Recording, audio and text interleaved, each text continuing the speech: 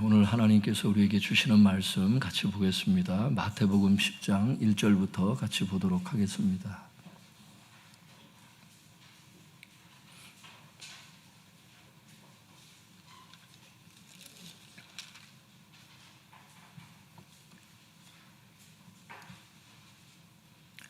마태복음 10장 1절부터 4절 말씀까지 한 목소리로 같이 읽도록 하겠습니다. 시작. 예수께서 그의 12 제자를 부르사 더러운 귀신을 쫓아내며 모든 병과 모든 약한 것을 고치는 권능을 주시니라. 12 사도의 이름은 이러하니 베드로라 하는 시몬을 비롯하여 그의 형제 안드레와 세베대의 아들 야고보와 그의 형제 요한, 빌립과 바돌로메, 도마와 세리 마테, 알페오의 아들 야고보와 다데오, 가나나인 시몬 및 가롯 유다 곧 예수를 판 자라. 성도님들, 계속해서 마태복음 우리가 말씀을 지금 나누고 있습니다. 굉장히 귀한 자리에 하나님께서 우리를 불러주신 줄로 믿습니다. 특별히 지난 시간 설교서부터 시작해서 오늘 그 다음에 다음 주일까지 이 세 번의 설교는 빠지지 말아달라고 성도님들한테 부탁을 드린 바가 있습니다. 이것은 굉장히 중요한 메시지고요. 앞으로 우리 교회가 또 세상에 있는 모든 교회가 마지막 이 추수 때를 어떻게 감당해야 되는지에 대한 굉장히 구체적인 말씀들이 나가기 때문에 굉장히 중요한 것입니다. 우리가 아르바이트하고 직장생활 하다가 돈 벌다가 그냥 흙에 묻히는 그런 존재들이 아니고요. 하나님께서 이 땅에 우리를 보내주신 목적은 굉장히 원대하고 크십니다. 우리가 생각하는 것보다 굉장히 크십니다. 그래서 하나님께서는 당신의 그 독생자와 동일한 그런 성품으로 살기를 원하시고 또 그와 같은 사역을 하기를 원하십니다. 그래서 오늘 우리에게 귀한 말씀을 주시는데요. 오늘 나오신 성도님들은 그냥 우연히 나온 것 같지만 우연히 나온 게 아니에요. 여러분들에게 하나님께서 하실 말씀이 있으신 거예요. 여러 가지 슬픔이 있고 아픔이 있고 넘어야 될 많은 인생의 그 산들이 있겠지만 오늘 하나님 말씀을 한번 가만히 들어보세요. 그리고 하나님께서 나에게 무엇을 원하시는지 그걸 한번 보시길 바랍니다. 결코 후회함이 없을 겁니다. 제목을 한번 따라해 주시면 감사하겠습니다. 12 사도를 세우신 예수님. 12 사도를 세우신 예수님. 혹시 기록하시는 분들은 소가로 해놓고서 부제목이거든요. 그걸 한번 기록해 보세요. 한번 따라해 볼까요? 교회의 사도성. 교회의 사도성. 교회에 4가지 속성이 있어요, 성도님들. 그 중에는 첫 번째가 사도성, 그 다음에 보편성, 그 다음에 거룩성, 단일성. 그 신학을 공부하는 분들은 이 4가지 교회의 표지에 대해서 당연히 알 것입니다. 그 중에서 이 사도성이 유지가 되지 않으면 나머지 3개는 다 필요 없어요. 왜냐하면 계승이 되질 않아요. 제일 중요한 것이 교회의 특성 중 제일 첫 번째가 사도성입니다. 오늘 이 메시지가 나갈 겁니다, 여러분. 그래서 부제목을 교회의 사도성이라고 이렇게 말을 할 수가 있는 겁니다. 지난 시간에 우리가 성도님들 무엇을 했었나 하면요. 첫 번째는 예수님께서 12 제자에게 당신의 사역을 위임해 주셨다는 얘기를 했어요. 그 다음에 두 번째는 뭘 말씀을 드렸냐 하면 이 시대의 추수할 일꾼은 결국 교회를 의미한다는 것을 말씀을 드렸습니다. 오늘은 이것이 진리임을 성경의 문맥과 그 다음에 신학적인 설명을 통해서 말씀드리도록 하겠습니다. 이것은 제 개인적인 의견이 아니고 신학자들도 그렇게 얘기한다는 것을 여러분들이 오늘 말씀을 통해서 깨달았으면 좋겠습니다. 마태복음 10장 1절 같이 읽어보겠습니다. 시작. 예수께서 그의 12 제자를 부르사 더러운 귀신을 쫓아내며 모든 병과 모든 약한 것을 고치는 권능을 주시니라. 성도님들, 원문에 보면 이 10장 1절은 예수께서 이렇게 시작하질 않아요. 원문에 보면 카이라고 하는 단어로 시작해요. 그리고 이렇게 시작한다고. 이 말은 지난 시간에 했던 그 내용에 이어서 말씀하시겠다는 뜻이에요. 그리고 예수께서 그 12 제자에게 모든 병과 모든 약한 것을 고치는 권능을 주셨다. 그리고 계속 읽어보면 파송하세요. 그 추수할 일꾼들이라는 거죠, 이분들이. 그리고 나중에 보면 이게 교회라고. 이 카이라고 하는 단어가 생각보다 중요한 거예요. 그래서 그러니까 원문을 한글로 번역할 때 그리고라고 하는 단어를 번역하지는 않았지만 성경 원문에 보면은 카이로 시작을 하는 거예요. 그리고 예수를 통해서 예수님의 가르침의 그 사역을 제자들한테 이미 전수가 된 상황이에요, 이게 지금. 그리고 10장 1절에 와서 권능까지 주시는 그 목적은 뭐죠? 추수할 일꾼이 되어서 나가서 목자 없는 양들을 추수하라는 거예요. 영적으로 배고파서 방황하는 그 사람들을 방치하지 말라는 거예요. 나 혼자만 살겠다고 하지 말라는 거예요. 눈을 높이 들어서 영혼들의 신음소리를 들으라는 겁니다.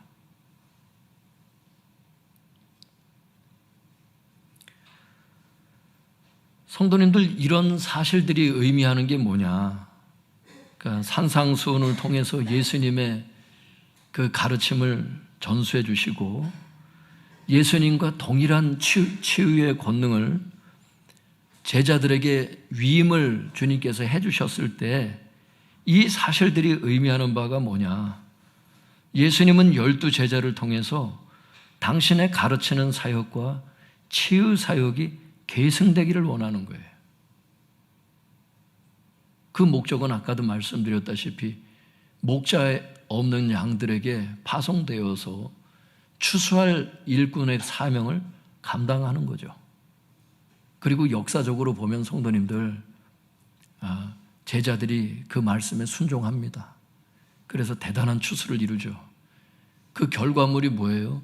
전 세계에 흩어져 있는 교회들입니다. 오고 오는 세대 가운데 예수님 이후로 세워진 그 교회들이에요, 여러분.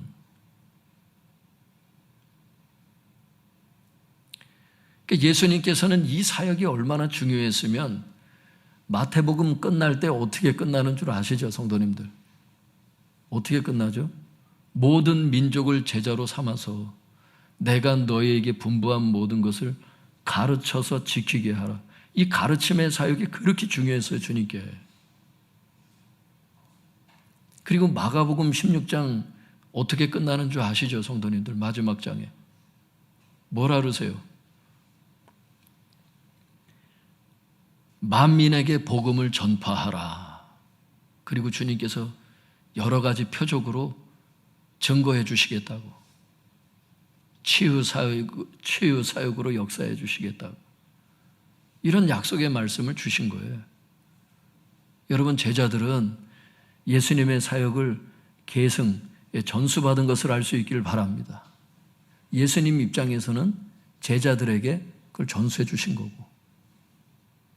12 제자들은 그것을 예수님의 사역을 계승해서 결과물이 있는 것이고 그런 겁니다. 중요한 건 이거예요. 사도들이 12 제자가 예수님의 사역을 계승했다는 거야. 이건 다음 말씀에 이어지는 말씀에서 중요한 포인트예요. 12제자가 한번 따라해 볼까요? 12제자가 예수님의 사역을 계승했습니다. 예수님의 가르치는 사역과 치유 사역을 이 12명의 제자가 계승을 했다는 거예요. 우리 10장 2절 같이 읽어볼까요? 시작. 12사도의 이름은 이러하니 베드로라 하는 시몬을 비롯하여 그의 형제 안드레와 세베대의 아들 야고보와 그의 형제 요한. 2절 말씀에 보면 성도님들 12사도 이렇게 얘기를 해요. 1절에서는 12제자라며요. 그런데 지금은 뭐라 그러세요? 12사도라고 말씀하세요. 추수할 일꾼을 사도다 이렇게 주님께서 말씀을 하시는데, 이 사도라고 하는 뜻이 뭔 줄 아세요? 한번 따라해 보겠습니다. 사명을 받아 보냄을 받은 자. 사명을 받아서 보냄을 받은 자를 얘기를 해요. 보낸 분은 누구라는 거예요? 하나님이라고 지난 시간에 봤잖아요. 추수할 일꾼을 보내시는 분이 누구예요? 하나님이세요. 그래서 나중에 읽어보면 경제적으로 어려운 경제적인 어떤 필요에 대해서 걱정하지 말아라 그러세요. 당신이 보내셨기 때문에. 그래서 이 사도라는 것은 성도님들 사명을 받아서 보냄을 받은 자 이런 뜻인데, 여기서 사명이라는 게 문맥을 보면 뭐라는 걸 알 수가 있어요. 지금 뭘 계승했다는 거예요. 이분들이 무슨 사명을 받았다는 거예요. 문맥을 보면 가르치는 사역과 치유 사역, 예수님의 그 사역을 사명이다 이렇게 얘기를 한 거예요. 그 사명을 받아서 보냄을 받은 자, 그게 사도입니다. 그러니까 결론적으로 12제자는 예수님의 사역을 계승해서 많은 영혼들을 추수했다고 말씀을 드렸습니다. 하지만 성도님들 문제가 있어요. 어떤 문제가 있느냐 하면 예수님의 가르치는 사역과 치유 사역을 전수받은 이 12명의 사도가 벌써 오래전에 죽었어요. 그래서 사람들이 어떤 질문을 하냐면 이런 질문을 해요. 지금은 예수님의 사역을 계승할 추수할 일꾼들이 사라진 것인가? 한번 따라해 볼까요? 추수할 일꾼들이 사라진 것인가? 그러면 예수님의 그 가르치는 사역은 지금 선포가 되지 않고, 예수님의 그 치유 사역은 2000년 전에 그냥 예수님 혼자 열심히 하신, 또 그 사도들까지는 연결이 된 그 정도의 사역에서 그냥 멈춰져서 지금 세상에는 치유 사역이 없는 이런 상태가 된 것인가? 여기에 대해서 사람들은 반문한단 말이에요. 여러분들은 어떻게 생각하세요? 예수님의 사역이 끝났다고 생각하십니까? 12사도가 죽었을 때? 12사도가 죽었을 때 예수님의 치유 사역은 다시는 이 세상에 나타나지 않는 사멸된 그런 죽은 사역이라고 여러분은 생각하십니까? 여기에 대한 대답을 에베소서 2장 20절이 얘기를 해요. 제가 읽어드릴 테니까 한번 들어보세요, 성도님들. 너희는, 여기서 너희는 교회를 얘기를 해요. 너희는 사도들과 선지자들의 터 위에 세우심을 입은 자라. 다시 한번 읽어드릴 테니까 한번 잘 마음에 새겨보세요. 너희는 사도들과 선지자들의 터 위에 세우심을 입은 자라.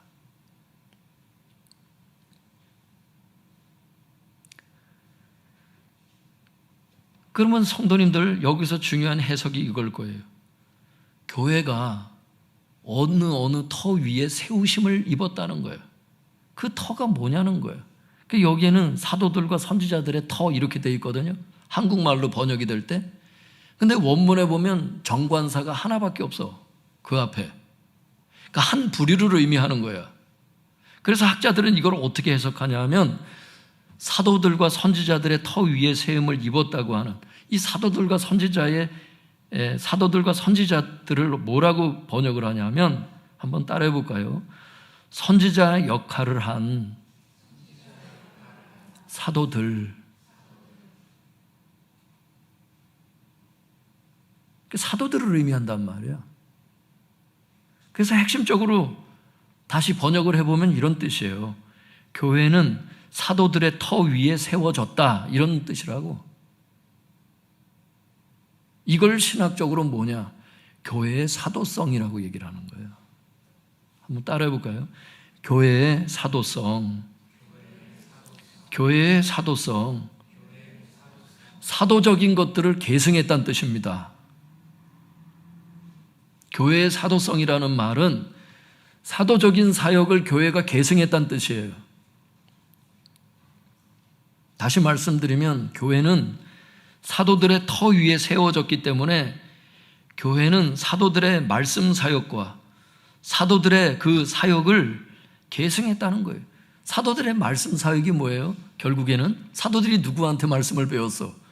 예수님의 가르치는 사역을 교회가 계승했다는 겁니다.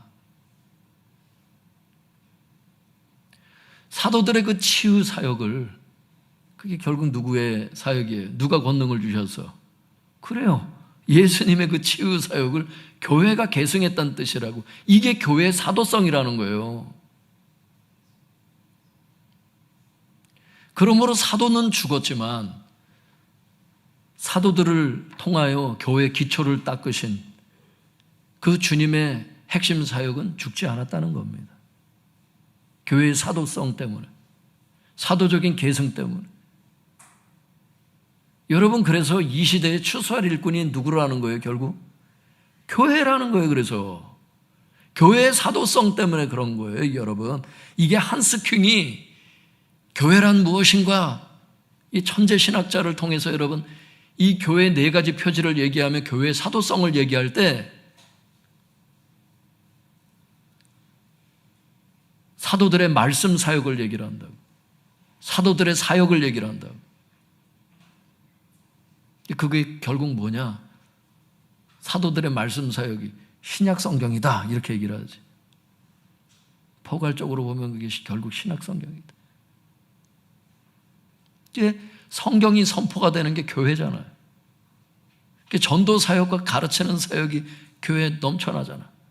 사도 사역이 계승이 되는 거예요.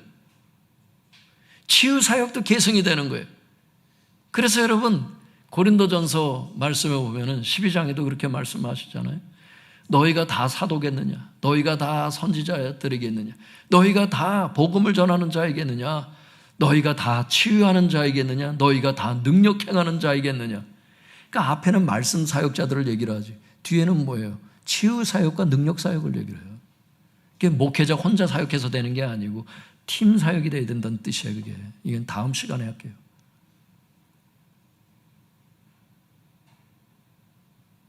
혼자 하려고 하니까, 혼자 슈퍼스타 사역을 하려고 그러니까 이게 문제가 된 거예요. 교회가.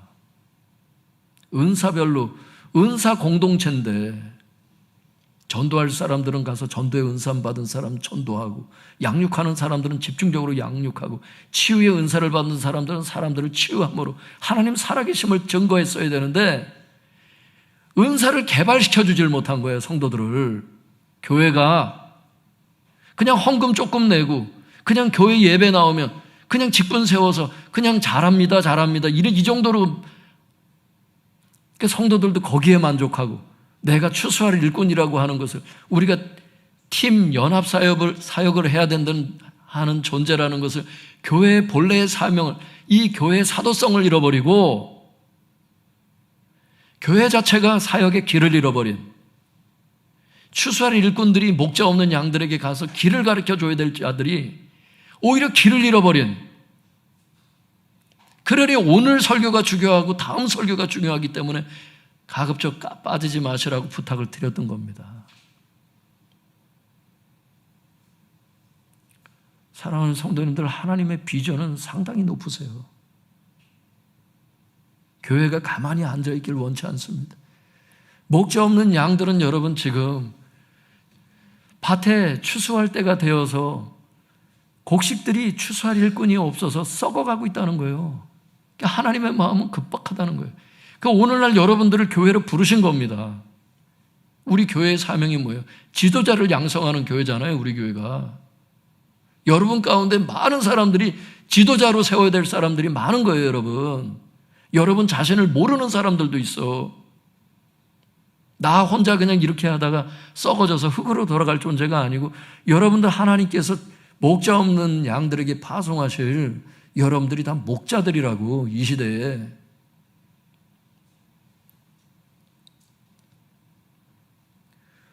사랑하는 성도님들, 살다 보면 지금 삶이 너무 공허하고 힘들어서 막 땅만 쳐다보고 살 때가 많아요.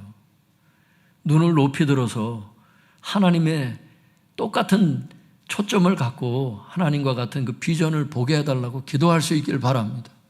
오늘 하나님께서 그 비전을 여러분들에게 보여주고 계신 겁니다. 여러분 직장 가운데 목자 없는 양들이 많을 겁니다. 말을 함부로 하고 상처 주는 사람들이 목자가 없어서 그런 거예요, 그게. 여러분들에게 보여주는 겁니다. 그 사람들을 위해서 기도하라고, 험담하라고 보여주는 게 아니에요. 고통받으라고 보여주는 게 아니에요. 단순히 직장을 옮겨가면 이직을 하면 된다는 뜻이 아닙니다, 여러분. 보여주시는 거예요, 하나님께서. 어떤 사람을 전도를 해야 되는지를. 가족들 중에 여러분 상처 주는 사람들을 위해서 욕하라고 보여주시는 게 아니에요. 중보하라고 보여주시는 거예요. 많은 경우에 하나님께서 여러분 우리가 상처받는다고 생각하는데 기도할 제목들을 보여주시거든요. 주변의 영혼들을. 그분들의 약점을 보여주세요. 그걸 놓고 기도하라는 거예요. 오빠를 위해서 그걸 놓고 기도하라는 거야. 전도하라는 거야. 교회 데리고 와서 말씀 교육을 받게 하라는 거야. 오중 책임자들을 통해서. 믿습니까? 하나님의 마음은 절박한 것을 알 수 있기를 바랍니다. 나 혼자 놀러 다니고 캠핑 다니고 낚시 다니고 되는 게 아니에요, 여러분. 그런 취미 생활도 필요하겠지만 여러분, 우리에겐 해야 할 사도성이 있는 것을 알 수 있기를 바랍니다. 사도가 뭐라 그랬어요? 사명을 받아서 보냄을 받은 자예요. 우리는 예수님의 가르치는 사역과 치유 사역을 전수받은 교회라고. 이게 사도성입니다. 그러니 예수님의 가르치는 사역이 전수가 되질 않고 예수님의 그 치유 사역이 전수가 되질 않는데 무슨 사역이 되겠습니까? 올바른 복음이 선포가 되겠습니까? 거기에 교회 거룩성이 있겠습니까? 거기에 일치성이 있겠어요? 거기에 여러분 보편성이 있겠냐고. 형제의 하나됨이 있겠냔 말이야. 말씀으로 하나가 되질 않는데, 신앙 고백으로 하나가 되질 않는데, 사도성이 회복이 되지 않으면 나머지 교회 표제는 다 무용지물이라는 거예요, 여러분. 말씀으로 하나 되고 신앙 고백이 하나가 될 때 참된 성도가 돼서 거룩한 성도가 되고 교회 일치성이 되고 보편성이 회복되고. 믿습니까? 사도성이 제일 중요한 거예요.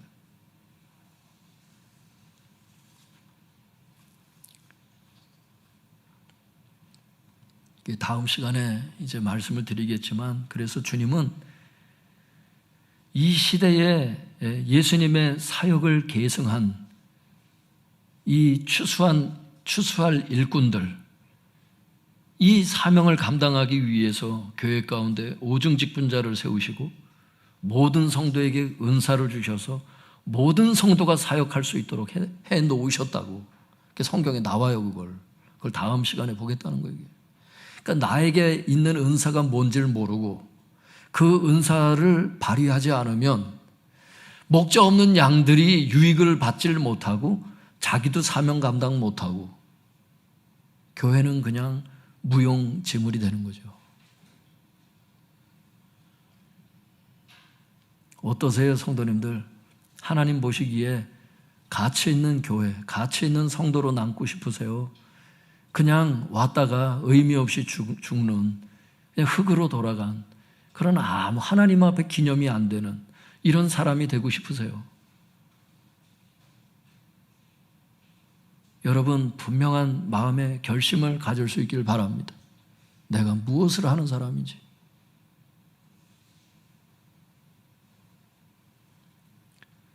사랑하는 성도 여러분, 교회는 사도적인 계승을 통해서 지금도 여전히 예수님의 사역을 감당할 추수할 일꾼들입니다. 그러므로 교회는 목자 없는 양들을 전도하고 그들에게 말씀을 가르치고 그들의 몸과 영혼을 치유해야 하는 겁니다. 그래서 결국 예수님처럼 사도들처럼 많은 영혼들을 추수하고 우리의 몸은 흙으로 돌아가겠지만 그 사역은 계속 계승되겠죠. 나의 영적 후배들이 또 감당하겠죠. 나의 영적 자녀들이 그걸 감당하겠죠. 우리 교회도 추수할 일꾼의 사명을 잘 감당할 수 있기를 바랍니다. 그래서 많은 영혼들을 추수할 수 있기를 바랍니다. 우리 2절에서 4절 같이 읽어볼까요? 마태복음 10장 2절에서 4절입니다. 시작. 12 사도의 이름은 이러하니 베드로라 하는 시몬을 비롯하여 그의 형제 안드레와 세베대의 아들 야고보와 그의 형제 요한, 빌립과 바돌로메, 도마와 세리 마테, 알페오의 아들 야고보와 다데오, 가나나인 시몬 및 가론 유다 곧 예수를 판 자라. 12 사도의 이름이 기록되어 있어요. 성도님들 성경에 보면요, 이름을 기록했을 때는 중요해서 기록해 놓으세요. 어떤 사건이 있다고 이름을 다 기록하지는 않더라고, 성경에. 근데 하나님께서 이름을 기록하셨다는 것은 의미가 있는 사람들이에요. 이 베안야요, 빌바도마, 야다시가, 이 12명의 사도 한번 따라해 보겠습니다. 베안야요, 빌바도마, 야다시가 12명의 제자 첫 글자들을 이렇게 제가 신학교 시험 볼 때 외우고 들어갔는데,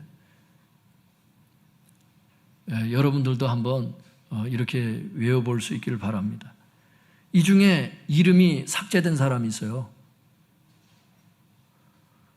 4절 보면은 가론 유다라고 하는 예수 팔아먹은 사람, 그래서 자살한 사람, 이 사람 배신하고 죽었기 때문에 사도행전 1장 26절에 보면 마띠아가 대신 사도로 뽑히죠. 그래서 이 가론 유다만 빼고 마띠아가 들어가게 되면 현재 그 12사도예요. 그리고 초대교회에 이 사람들이 역사를 했습니다. 이 12사도가 중요한 이유는, 하나님께서 기록하신 중요한 이유는 예수님의 그 두 가지 사역을 최초로 계승을 했고, 그 계승한 사역을 교회의 기초를, 그 사역으로다가 교회의 기초를 이 사람들이 놓았거든요. 교회가 예수님의 사역을 계속 계승해서 사역할 수 있도록 했기 때문에 이 최초의 사도들이 중요한 겁니다. 하나님 나라를 확장하는데 지대한 역할을 해요, 이 사람들이. 그래서 하나님은 주님의 신부를 상징하는 거룩한 성 예루살렘 성이 계시록 21장에 하늘에서부터 내려오는데, 그 기초석을 보면은 이 12사도의 이름이 기록되어 있다고 말씀을 하세요. 하나님께서 이 12명의 이 사도를 기념하세요. 그러니까 교회의 머릿돌은 예수님이고 그 기초석은 12사도고 그 위에 교회가 세워졌다고 하는 상징적인 의미인 것이죠. 그리고 그 사역의 골자는 가르치는 사역과 치유 사역이라는 거예요. 근데 교회가 가르치는 사역만 대부분 남아있는 거예요. 치유 사역이 역사하게 해달라고 하는 기도를 하지 않는 거예요, 교회들이 지금. 많은 교회들이.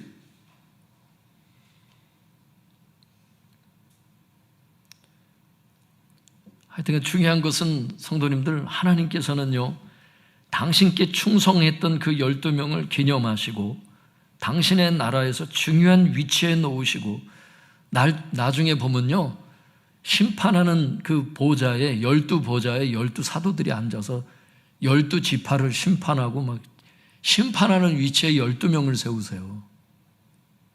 여러분, 하나님께 충성을 하잖아요. 그 하나님께서 보상하시는 것을 알 수 있길 바랍니다. 이 세상에 회사에 충성을 해도 보상이 안 되는 경우도 많아요. 근데 하나님은요, 당신께 충성하는 사람들에게 반드시 기념하시고 하늘나라의 중요한 위치에 세우세요. 우리가 그런 사람들이 됐으면 좋겠습니다.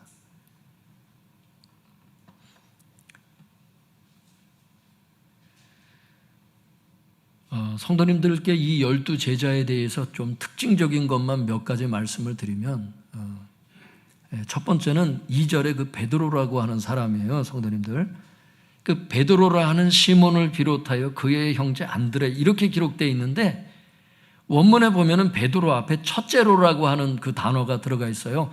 첫째로 베드로 이렇게 되어 있다고. 그러니까 베드로의 그 모든 사도들 가운데에서도 이 베드로의 대표성을 시사하는 이 단어거든요. 이게 괜히 베드로가 수제자가 아니에요. 가룟 유다가 제일 꼬바리에 기록된 이유가 있지 않을까 싶어.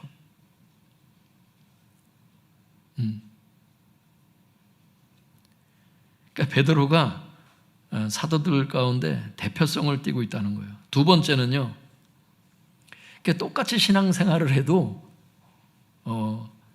대표격의 그 신앙생활을 하는 성도님들이 있다는 거예요. 목사 중에서도 그렇고 성도님들 중에서도 그렇고 직분자들 가운데서도 그렇고 안수 집사님, 권사님들 가운데서도 대표격을 감당하는 사람들이 있을 수 있거든요. 내가 그것이 되었으면 좋겠다, 이런 소망이 있길 바랍니다. 먼저 된 자가 나중되고, 가룟 유다처럼 먼저 됐었지만 나중에 나중돼가지고 버림받는 이런 사람으로 끝나면 안 되죠. 첫 출발은 좋아서 막 직분도 세워주고 했는데, 처음에는 잘했는데 나중에는 막 흐지부지해지는 이런 성도로 끝나면 안 되죠. 여러분 모두가 대표적인 사람들이 될 수 있길 바랍니다. 하나님 보실 때 점점 더 좋아지는 사람이 될 수 있길 바랍니다. 두 번째는요, 이 가운데 형제지간이 있어요. 12명의 사도 중에 6명이 형제들이에요. 형제지간이. 한번 찾아보세요, 성도님들. 거기서 베드로라는 시몬을 비롯해서 그의 형제 안드레, 이러는 걸 보니까 베드로의 형제 안드레구나, 이 친형제를 얘기를 하는 거예요. 혈육지간을 얘기를 하는 겁니다.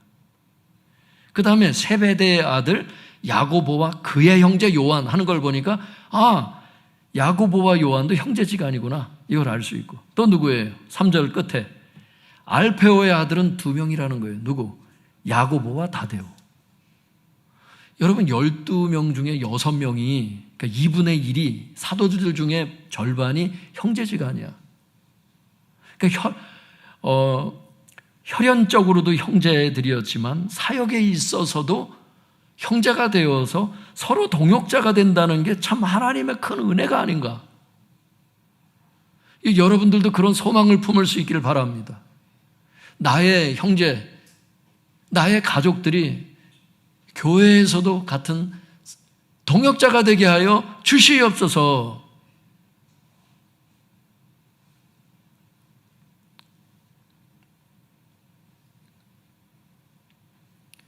그러니까 한 형제는 열심히 하는데 한 형제는 매대기를 치는 경우가 있을 수 있거든요. 나의 형제들을 위해서도 기도해야겠죠. 믿습니까? 다른 목자 없는 양들은 전도하면서 나의 형제들은 방치하는 게 옳을까요?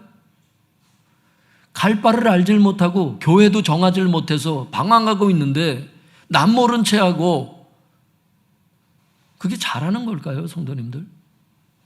우리도 이런 소망을 품을 수 있기를 바랍니다. 하나님께서 이런 축복을 주신 사람이 있어요. 그냥 다른 직분들도 있지만 최초 사도 12명 중에 6명이 혈연적으로 진짜 친형제들을 당신의 사도들을 뽑았을 때 어려운 것이 있었을 때 서로 상의도 했을 거예요 아마. 근데 성도님들 이거 아세요? 여기 콤마 이렇게 들어간 이유가 있어요. 그게 실제로도 그렇게 돼 있거든요. 둘씩 짝지어서 전도를 보냈거든요. 주님께서 70제자 파송할 때도 그렇고.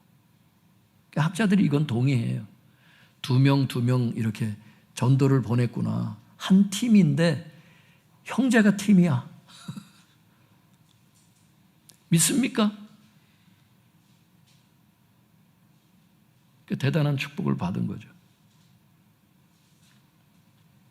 우리 교회도 형제들이 있죠. 여기 맨 앞에 앉은 이 두 분이 형제잖아. 한 분은 권사님이고 한 분은 목사님이고 그 뒤에 계신 분은 또 집사님이고 또 그 옆에 집사님이고 그러고 보니까 형제들이 거기 그렇게 몰려 앉았네. 거기 할렐루야. 예. 가족들이 함께 봉사할 수 있다는 게 여러분, 가족들이 함께 쓰임받고 천국에 갈 수 있다는 게, 가족 중에 한 분이 지옥 가고 한 분은 천국 가고 이게 아니고 단순히 천국 가는 게 아니라 같은 사역자로 사역할 수 있다는 게 여러분 굉장히 큰 복이라고 생각해요. 세 번째 말씀드리고 싶은 것은 3절에 보면은 성도님들 전도 한 팀이 또 누가 있죠? 3절에 도마와 세리 마태 이렇게 돼 있어요. 도마와 마태가 한 팀이었어. 근데 마가복음과 누가복음에는 도마가 먼저 기록되어 있질 않아요. 마가복음, 누가복음 성도님들 찾아보세요. 12제자 소개하는데 그걸 찾아보면 지금 여기는 3절에 도마, 마태 이렇게 기록되어 있잖아요. 근데 거기에는 마태, 도마 이렇게 기록되어 있다고. 마태와 도마 이렇게 기록되어 있다고. 근데 마태복음에서는 도마를 먼저 기록했어. 원래 마태가 둘 중에 하나는 그 리더가 격일 수가 있는 건데 이 순서를 보면 첫째 베드로 하면서 쭉 순서를 얘기하고 두 명 짝지어서 얘기한 걸 볼 때 마태가 먼저 기록되는 게 맞는데 마태복음을 누가 기록했어요? 마태가 기록했거든. 그 마태가 자기 이름을 자기 팀에서는 자기 뒤에다가 그 뒤에다가 기록한 걸 볼 수가 있어요, 여러분. 도마를 먼저 세웠다고. 근데 다른 복음서는 그렇게 돼 있질 않아요. 마태가 먼저야. 마태의 겸손을 엿볼 수 있죠. 이것만 그런 게 아니에요. 마태복음하고 누가복음에는요, 그냥 마태와 도마 이렇게 기록되어 있어요. 근데 여기는 마태복음에는 마태를 뭐라고 기록했냐면 세리 마태 이렇게 기록해놨다고. 세리라는 게 되게 부끄러운 일이거든요, 그때 당시.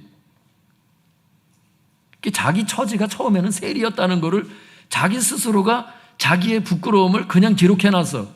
마태복음을 누가 기록했어? 마태가 기록했잖아. 자기가 세례였음을 그냥 증명을 해놨어. 사소한 것 같지만 마태가 겸손한 사람임을 볼 수가 있어요. 진짜 예수님의 제자다워. 여러분 겸손한 사람들 될 수 있길 바랍니다. 교회 안에서 자기가 먼저 되겠다고 제가 얘기하는 것은 이제 그 대표성 그 얘기를 하는 게 아니라 자기를 자랑하려고 자기 이름을 드러내려고 막 나대는 사람들이 있어요. 교만해가지고 그냥. 그러지 말라는 거예요. 교회는 한번 따라해 볼까요? 겸손하자. 겸손하자. 보여주는 거예요, 지금 마태 사도가. 사도 마태가 이걸 우리에게 말씀하신다고. 너희들도 나처럼 겸손하라고. 다른 사람을 높이라고. 마지막 네 번째는요, 성도님들, 이 가룟 유다, 곧 예수를 판 자라는 말이 4절에 나오거든요, 성도님들. 가룟 유다, 곧 예수를 판 자. 근데 이 예수를 팔아먹은 이 가룟 유다를 예수님은 사도 중에 한 명으로 뽑으시거든요. 이걸 왜 뽑으셨을까? 성경을 보면요, 예수님이요, 사실 가룟 유다가 자기를 팔 걸 아셨어요. 아셨는데 사도로 뽑았어. 왜 뽑았나? 성경을 보니까 누가복음 6장 12절에 보니까 밤이 새도록 하나님 앞에 기도한 다음에 하나님의 뜻대로 12사도를 세우시는 게 나오거든요. 가룟 유다가 예수님을 팔아야 될 이런 사람이었는 걸 당연히 예수님 아셨지만 하나님의 뜻이 그를 사도로 뽑기를 원하셨기 때문에 주님께서 그를 사도로 세우십니다. 하나님 뜻에 순종하기 위해서.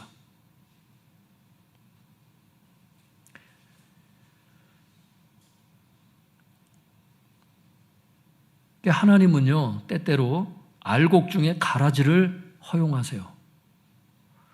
양들 가운데 양떼들 중에 염소를 허용하시는 분이시더라고, 성경에 보니까.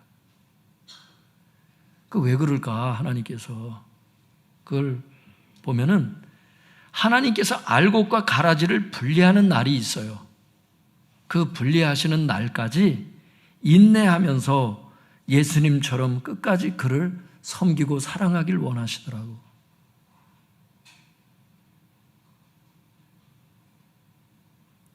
저 사람 힘들다고, 저 사람이 어떻다고, 이게 아니고 예수님이 가룟 유다의 발을 씻기시잖아. 예수님의 순종과 사랑을 본받아야죠. 자기를 팔아먹을 걸 알면서 3년 반을 훈련하시는, 그래도 안 변해. 3년 반을 해도 순종을 안 하는 사람들이 있어. 불순종하는 사람들은 오늘 이 메시지 듣고 굉장히 회개를 해야 돼. 하나님께서 어떤 부분들을 비추시는데 3년 반을 계속 말씀하시는데 지금 회개하지 않는 사람들, 혹시 내가 가라지일 수도 있어. 두려운 일입니다. 알곡은 순종하게 돼 있거든요. 염소가 들이받지. 그러나 그런 가라지가 있을지라도 그 사람들 때문에 시험에 들고 비판의 죄를 짓고 그렇게 하면 안 되고 끝까지 사랑하고 섬겨야 된다. 믿습니까? 주님의 메시지가 여기 이름 속에 다 있는 거예요. 이름 속에 이게 다. 여러분들은 어떠세요? 여러분들에게 열받게 하는 사람들 그냥 가서 그냥 찍어 내리십니까? 집에 와서 그 사람 욕하고 그 사람 가운데 저주가 임하게 해달라고 막 기도하십니까? 예수님은 그렇게 안 하셔서 사랑으로 승리하신 것을 알 수 있길 바랍니다. 이 기독교 정신이야. 예수님 정신이 기독교 정신이거든. 사도들의 정신이고. 전도를 하려고 예수님이 가는데 어떤 마을이 전도를 안 받아들이니까 번개를 내리게 해가지고 이 사람들을 다 죽일까요? 그렇게 얘기를 해요. 그게 누구예요? 사도 요한이 그런 얘기를 해요. 그러니까 예수님이 되따르시죠.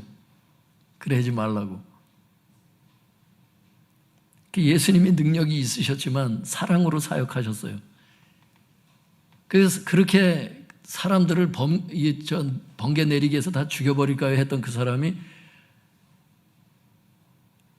요한복음을 기록하면서 예수님의 새 계명이 뭔지를 기록한 사람이 그 사람이야. 서로 사랑하라고 하는 그 계명을 기록한 사람. 그리고 요한 1서에 하나님은 사랑이시라고. 예. 형제를 위하여 목숨을 버리는 것이 마땅하니라 이렇게 얘기했던 사람이 사도 요한이야. 이 굉장히 까칠했던 사람이 예수님 3년 반 따라다니면서 사랑의 사도로 바뀌었어.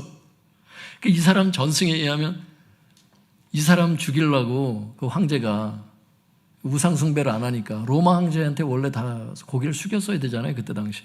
그러니까 이 사람이 황제 숭배를 안 하니까 가마솥에 막 삶아가지고 그 전에 이제 독약을 먹이는데도 안 죽어요. 하나님께서 살리고자 하니까 죽을 일이 있어도 안 죽더라고. 그 다음에 이제 이 사람 가마솥에 이제 펄펄 끓는 가마솥에 집어넣는데 죽지를 않고 꼭 저 사드락과 메삭과 아벳느고처럼 그런 어떤 역사가 있었나 봐요. 이 사람이 예수님 돌아가시고 예수님 그 육신의 어머니를 모시잖아요. 자기 친어머니도 아니지만 네 어머니다 얘기를 하니까. 교회 연세 드신 분들에게 뭐라 그래요? 성경에 디모데에게 보내는 편지에 보면은 어머니, 아버지, 그죠? 부모처럼 대하라고 나오잖아. 할렐루야. 까칠했던 사람이 사랑의 사람이 되고, 이게 기독교 정신이고 사도의 정신이고 사도 요한의 정신이에요. 이 사도적인 계승을 우리가 했다는 거예요.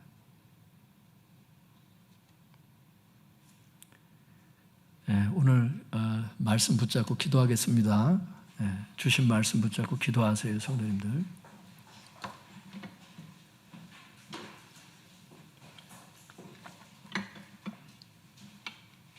주여 주여 세 번 부르짖고 우리 통성해서 기도하겠습니다. 주여